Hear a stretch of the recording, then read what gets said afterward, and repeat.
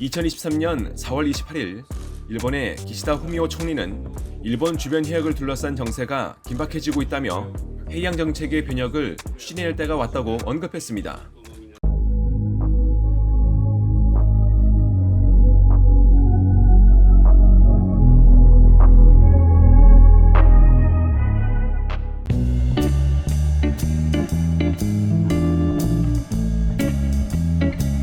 안녕하세요, 시식스쿨입니다. 최근 일본은 러시아가 실효 지배 중인 쿠릴 4개 섬에 대해 더 적극적으로 일본 고유의 영토라며 러시아에 반환을 요구했습니다. 1855년 일본과 러시아는 시모다 조약을 통해 최남단 4개의 섬을 일본 영토로 획정했습니다. 더 나아가 이후 러일전쟁에 승리한 일본은 러시아로부터 쿠릴 열도 전역은 물론이거니와 남살린까지의 영토를 확보했습니다.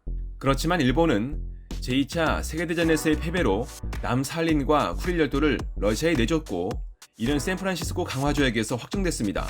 이렇게 보면 현재 일본의 쿠릴 4개 섬에 대한 요구는 무리한 것으로 보이는데, 일본은 쿠릴 4개 섬이 쿠릴 열도가 아닌 홋카이도의 부속 도서라며 샌프란시스코 강화조약과는 무관한 일본 고유의 영토라는 개념을 내세우고 있습니다. 이외 대표적으로 일본은 중국명 갸오이다오인 센카쿠 열도에 대한 영유권을 주장하고 있고, 한국이 실효 지배 중인 독도에 대해서도 지속적으로 영유권을 주장하는 실정입니다. 일본의 영토 분쟁화는 정치나 군사적 이익을 위한 것일 수도 있지만, 무엇보다 이러한 섬들을 영토로 편입했을 때 기대할 수 있는 경제적 이익이 크다는 걸 주목해야 합니다. 2006년 일본은 국토교통성, 경제산업성, 외무성으로 구성된 관계부처 연락회의를 설치했습니다. 이 연락회의는 배타적 경제 수역을 확보하기 위한 목적이 강했습니다. EEG에는 해적 광물자원, 어업자원, 에너지 탐사권, 해수를 활용한 에너지 생산권 등 국가가 해양에서 확보할 수 있는 최대의 이익을 보장하고 있습니다. 즉, 쿠릴 열도를 비롯해 센카쿠 열도와 독도는 일본의 EEG에 대한 욕망을 잘 드러내고 있는 대표적인 곳이라 생각할 수 있습니다. 현재 일본이 주장하는 EEG는 상상 이상입니다. 일본의 영토 면적은 40만 제곱킬로미터에 약간 못 미치는 크기로 크기만 놓고 본다면 세계 62위입니다. 그렇지만 일본은 해양에서 막대한 경제적 권리를 행사할 수 있는 EEG만큼은 세계 8위로 그 면적은 무려 450만 제곱킬로미터에 육박합니다. 일본이 주장하는 이러한 EEG를 영토 면적에 대비한다면 이는 세계 6위의 호주보다는 작지만 세계 7위의 인도보다는 넓을 정도로 거대합니다. 또한 기존 일본의 영토보다는 약 11.7배 크다는 점도 기억해야 합니다. 세계 109위의 영토 면적, 세계 54위의 EEG를 차지하고 있는 한국으로서는 이러한 일본의 EEG에 더욱 시선이 쏠리고 있습니다. 일본이 이렇게 거대한 EEG를 주장할 수 있는 건 도처에 위치한 6,852개의 섬 덕분입니다. 가장 먼저 난세이 제도를 주목할 수 있습니다. 난세이 제도는 행정상으론 가고시마현과 오키나와현으로 구분되는데, 일본 규슈로부터 섬들이 남서쪽으로 길게 뻗어 있는 게 특징입니다. 지정학적으로 보면 일본과 대만 사이의 해상 전체를 가로질러 있어 중국의 태평양 진출을 막는 형세입니다. 그만큼 정치나 군사적 이익이 크다고 볼 수 있습니다. 그렇지만 무엇보다 난세이 제도는 일본의 경제적 이익과 직결되는 EEG에서 면적만 31.1%를 차지할 정도로 가장 큰 비중을 갖고 있습니다. 일본의 유인도로 가장 남서쪽에 위치한 요나구니 섬만 보더라도 타이완에서 동쪽으로 불과 108km 떨어진 곳에 위치해 있어 일본의 EEG 확장을 가능케 했습니다.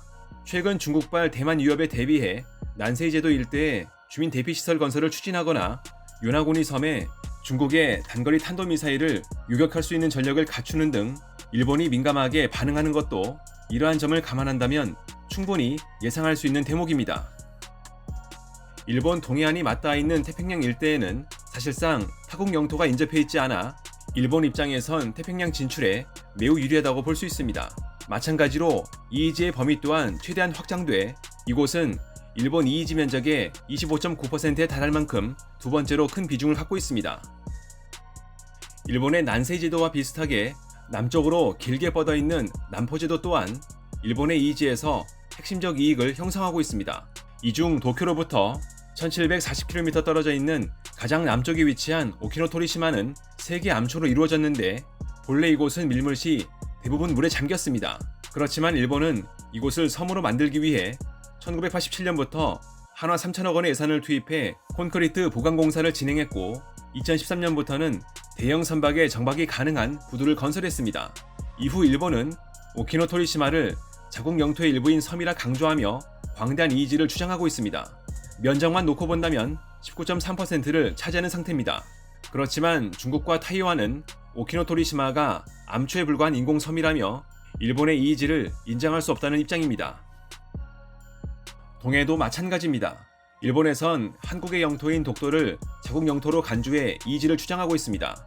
이를 통해 일본은 동해에만 한국의 전체 이의지 면적을 넘어서는 거대한 이의지를 대내외에 홍보하고 있는데 이는 일본이 주장하는 전체 이의지 면적의 14.1%를 차지하고 있습니다. 또 주목해야 할 곳이 있습니다. 마커스 섬이라고도 불렸던 미나미 토리시마입니다.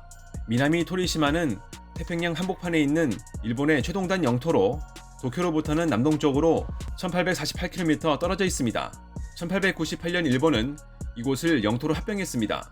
1952년 샌프란시스코 조약에 따라 한때 미국이 미나미 토리시마를 통제하기도 했었지만 이는 1968년 일본에 반환되었고 남아있던 미국의 군사기지 통제권 또한 1993년에 일본 해상자위대에 이관되면서 현재는 일본이 장악한 상태입니다.